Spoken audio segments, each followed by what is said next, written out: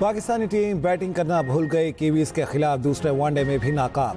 293 run के हदफ ताकुब में कौमी बैटर्स 208 रन ही बना सके।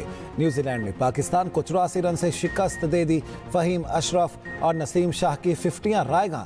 अब्दुल्ला शफीक और बाबर आजम सिर्फ एक रन के मेहमान।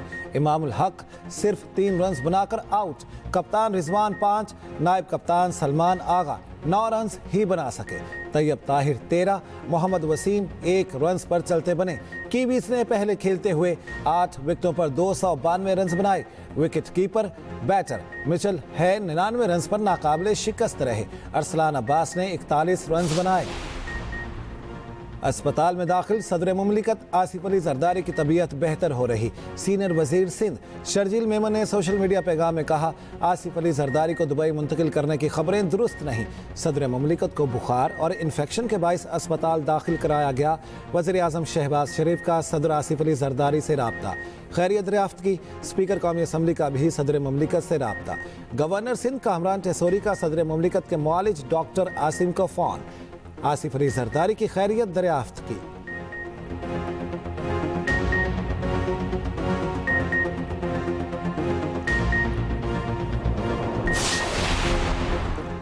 ईद उल फितर की आज आखिरी छुट्टी। तफरीह के नॉन स्टॉप प्रोग्रामों की तैयारी। सैर सपाटे का शेड्यूल।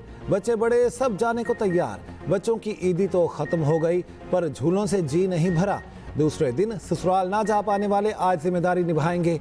बच्चे नाना नानी से मिलने और ईदी बटोरने को बेताब। दूसरे रोज के इख्तिताम पर शहरियों ने फूड स्ट्रीट्स का रुख किया। पार्कों, चिड़ियाघर और तफरीही मकामात पर खूब रश रहा।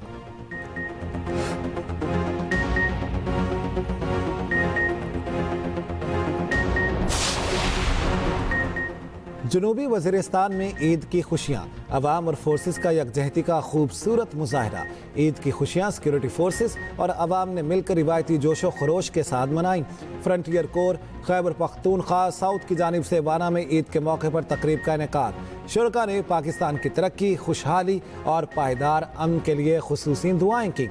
मकामी मुअज़्ज़िज़ीन का सिक्योरिटी फोर्सेस को खिराज तहसीन, मुकम्मल हिमायत का इजहार।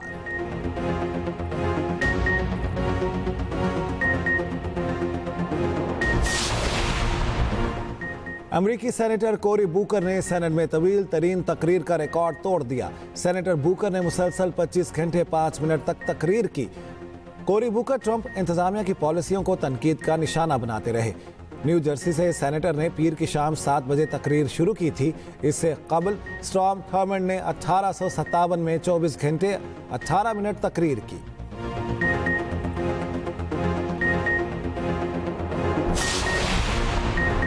अमेरिका में तालीम के लिए वीज़े का हुसूल गैर मुल्कियों के लिए ज़्यादा मुश्किल बनने लगा। स्टूडेंट और दीगर अक़साम के वीज़ों के लिए दरख्वास्तें देने वालों की ज़्यादा सख्त छानबीन करने का हुक्म। अमरीकी वज़ीर ख़ारिजा मार्को रूबियो कहते हैं, मकसद अमरीका और इसराइल पर तनकीद करने वालों को अमरीका में दाखिले से रोकना है।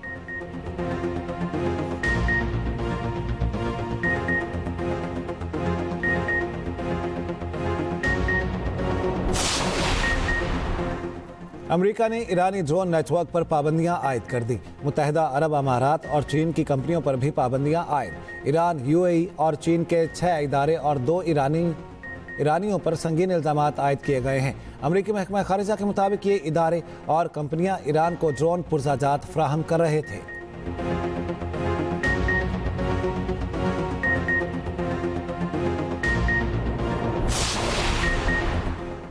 गैर कानूनी, गैर मुल्की और अफगान सिटीजन कार्ड होल्डर्स की वापसी की डेडलाइन खत्म। गिरफ्तारियों के लिए तैयारियां मुकम्मल। ज़राए के मुताबिक अफगान मुहाजिरीन को वापस भेजने का अमल शुरू किया जाएगा। पाकिस्तान छोड़ने वाले गैर कानूनी अफगान बाशिंदों की तादाद 8,86,242 हो चुकी है।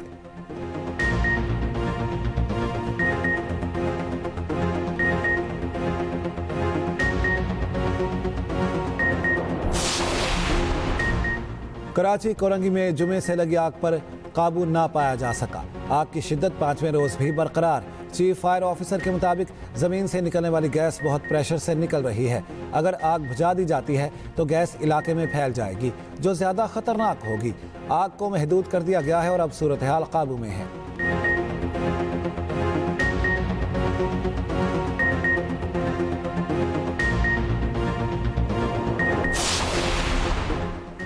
वज़ीर आला खैबर पख्तूनख्वा ने वज़ीर आज़म शहबाज शरीफ को मुरासला इरसाल कर दिया। लिखा, आइन के आर्टिकल 161(2) में पन बिजली के खालिस मुनाफे का मामला वाज़ेह किया गया। मज़कूरा आर्टिकल के मुताबिक पन बिजली घरों से हासिल होने वाली मुनाफे की रकम मुतल्लिका सूबों को मिलना है। सूबों को मिलने वाली इस रकम की शरह का तयन मुश्तरका मुफादात कौंसल ने करना है।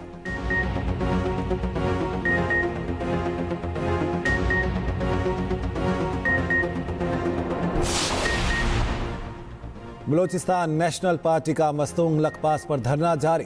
हुकूमती वफ्द के सरदार अख्तर मैंगल दीगर कायदीन से मुज़ाकरात। डेडलॉक बरकरार। हुकूमती वफ्द ने 2 दिन का वक्त मांग लिया।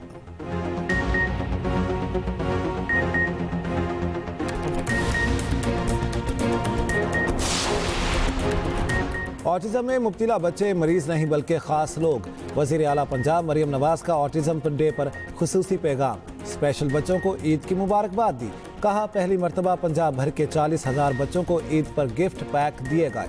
स्पेशल अफराद के लिए रोजगार प्रोग्राम और राइजिंग स्टार कार्ड ब्राई स्पेशल चिल्ड्रन मुतारिफ कराने पर काम जारी है। लाहौर में पाकिस्तान का पहला सरकारी ऑटिज्म स्कूल तेजी से तकमील के मराहिल तय कर रहा है।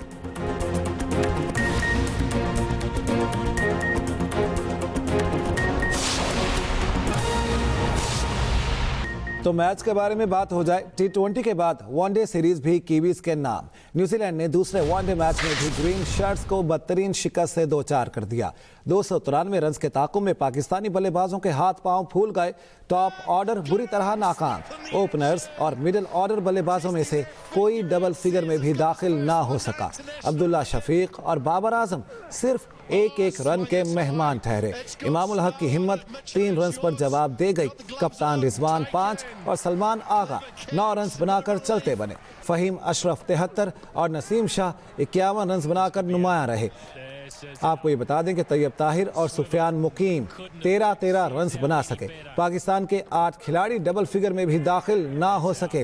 हारिस रऊफ के रिटायर हर्ट होने के बाद नसीम शाह मुतबादिल खिलाड़ी के तौर पर विकेट पर आए और 50 स्कोर की। न्यूजीलैंड को 3 मैचों की सीरीज में 2-0 की फैसला कुन बढ़तरी हासिल हो चुकी है। सलीम खालिक साहब हमारे साथ हैं, उनसे बात कर लेते हैं। सलीम खालिक साहब, अब इनका क्या करना है? पहले हम T20 सीरीज हार गए, अब वनडे सीरीज भी हार गए हैं। प्लेयर्स चल नहीं रहे, बैटर्स परफॉर्म नहीं कर रहे, क्या कहते हैं? जी, मैं अभी अयाज खान साहब का एक पोस्ट देख रहा हूँ। उन्होंने ये कहा है कि शाहीन चले हुए कारतूस बन गए। बिल्कुल 100% मैं एग्री करता हूँ। वाकई ऐसा है कि ये चले हुए कारतूस बन गए हमारे प्लेयर, जिनसे बिल्कुल परफॉर्म ही नहीं हो रहा। चले हम T20 की हद तक तो ये कह सकते थे कि जी बच्चे थे, नए लड़के थे, सीख रहे थे, जो एक बहाना डिफॉल्ट था उनके पास वो चल गया। अभी वनडे में तो बाबर भी आ गए हैं, शाहीन भी आ गए, सारे आ गए, नसीम भी हैं, इसमें सब कुछ है। तो फिर अब क्यों हार रहे हैं? इसका मतलब है कि वजह ये नहीं है, वजह कोई और है। इन्होंने प्लेयर्स का पूरा कॉन्फिडेंस खत्म कर दिया है। एक सीरीज में एक को खिला रहे हैं, दूसरी में दूसरों को लेकर आ रहे हैं, और नए लड़कों को एक साथ इतने सारा टीम में डाला कि बिल्कुल हमारा बैलेंस ही खत्म हो गया था उसमें T20 में। अब यहाँ एकदम बाबर को, रिजवान को लेकर आए तो भी वो जो दूसरी टीम है उठ नहीं सकी।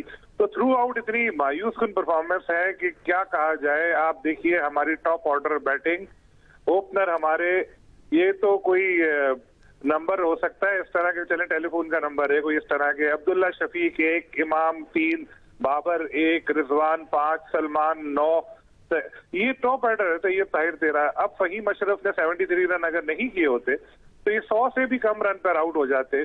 जिस पिच पर आकर वो नसीम शाह जो मैच खेले भी नहीं और एज अ वो कंकशन ऐसा बाकर खेले और उन्होंने 51 रन बना दिए। तो जहाँ एक आपका नंबर 10 51 रन बना सकता है, वहाँ बाबर, अब्दुल्ला, इमाम, रिजवान, सलमान ये क्यों नहीं खेल पाए थे? और जिस तरह बाबर आउट हुए वो देख के मुझे बहुत मायूसी हुई थी। मैंने ऐसा लग रहा था कि जैसे कोई बिल्कुल नौ आमूज प्लेयर है जो खेल रहा है या कोई टेल एंडर है। बाबर जैसा बैट्समैन इस तरह से आउट हुआ। और ये देखें, इससे बड़ी शर्म की बात क्या होगी कि हमारा जो हाईएस्ट स्कोर है उसमें से जो थर्ड है वो एक हमारा एक्स्ट्रास का है। इसी तरह बॉलिंग में जब हमने 132 रन पर 5 विकेटें ले ली थी न्यूजीलैंड की, तो उसके बाद तो ज्यादा से ज्यादा आप 210 रन बनवाते। 292 रन तक स्कोर पहुंचाना तो क्राइम है ये। जिस तरह से बॉलिंग हमारे बाद में हुई और आखिरी ओवर में वसीम की पिटाई हुई, तो ये तो देख के ही अफसोस हो रहा था, शर्म आ रही सबकी पिटाई हो रही है और पाकिस्तान ये सीरीज हार गया। सलीम खालिक साहब, एडिटर स्पोर्ट्स रोजाना एक्सप्रेस, हमारे साथ थे। बहुत शुक्रिया आपका।